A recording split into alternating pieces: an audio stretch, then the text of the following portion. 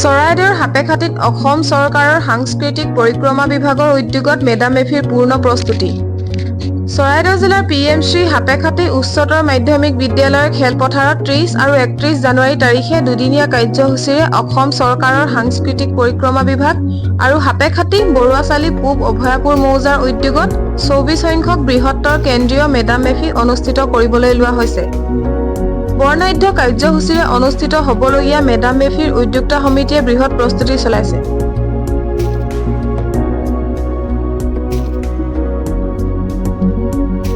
ভিডিঅ'টো ভাল লাগিলে লাইক, শ্বেয়াৰ, কমেণ্ট কৰাৰ লগতে এনি ভইচ চেনেলটো ছাবস্ক্ৰাইব কৰি দিব।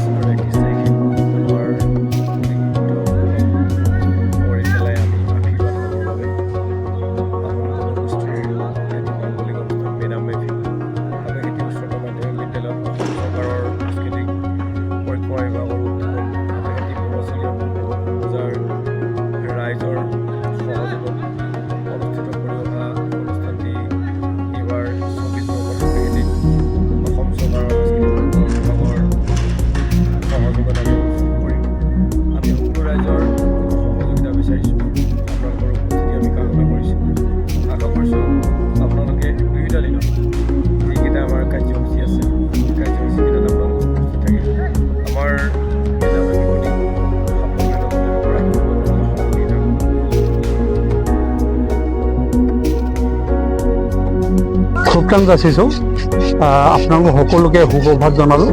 অসম চৰকাৰ সাংস্কৃতিক পৰিক্ৰমা বিভাগৰ লগতে বৃহত্তৰ কেন্দ্ৰীয় me-dam-me-phi 24 সংখ্যক বৰুৱাচালি পূব সাপেখাতি পূব অভয়াপুৰ মৌজাৰ এই 24 সংখ্যক কেন্দ্ৰীয় me-dam-me-phiখনে বা সাপেখাতি উচ্চতৰ মাধ্যমিক বিদ্যালয় খেলপথাৰত আমি আয়োজন কৰিছোঁ। অহা 30 আৰু 31 তাৰিখ দুদিনীয়া কাৰ্যসূচীৰে বৰ্ণাঢ্য কাৰ্যসূচীৰে এয়া সমাপন হ'ব। যোৱাকালি সাংস্কৃতিক মন্ত্ৰী বিমল বৰা ডাঙৰীয়াই গোটেই কাৰ্যক্ষেত্ৰখন পৰ্যবেক্ষণ কৰি যায়। তেখেতে অগ্ৰগতি বুজ লয় আৰু অসম চৰকাৰৰ পৰা কৰিবলগীয়া যিখিনি কাম কাজ, বিশেষকৈ পেণ্ডেল, খোৱা ঘৰ, স্মৃতিগ্ৰন্থ ইত্যাদি যিমানখিনি কৰিবলগীয়া কাম আছে অসম চৰকাৰে সেইখিনি দায়িত্ব তেখেতসকলে গ্ৰহণ কৰিছে। তাৰোপৰি আমাৰ উদযাপন সমিতিৰ তৰফৰ পৰা আমি প্ৰীতিভোজৰ উপৰিও সম্বৰ্ধনা জ্ঞাপনৰ বাবে যিখিনি ব্যৱস্থা কৰিব লাগে আটাইবিলাক আমি কৰি আছোঁ। আৰু এই ধৰণেই আচলতে বৃহৎ এটা অগ্ৰগতি me-dam-me-phiৰ বৃহৎ এটা অগ্ৰগতি চলি আছে। আমি সমূহ ৰাইজক, বিশেষকৈ আমাৰ সাপেখাতি অঞ্চলৰ চৌপাশৰ ৰাইজক আমি me-dam-me-phi দুইটা কাৰ্যসূচীতে 2 দিনৰ কাৰ্যসূচীত অংশগ্ৰহণ কৰিবলৈ আমি অনুৰোধ জনাইছোঁ।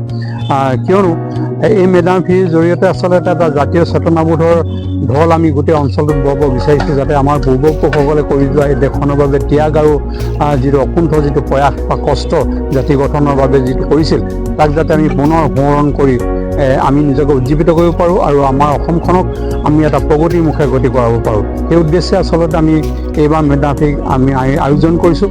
তাৰ লগতে সমগ্ৰ বিশ্ববিদ্যালয়বিলাকত অসমৰ আটাইকেইখন বিশ্ববিদ্যালয় শিক্ষা অনুষ্ঠানবিলাকত যাতে me-dam-phi এটা সম্প্ৰীতি উৎসৱলৈ ৰূপান্তৰিত কৰে, তাৰ কাৰণে আমি এইবাৰ me-dam-phi যোগেদি আহ্বান জনাব বিচাৰিছোঁ।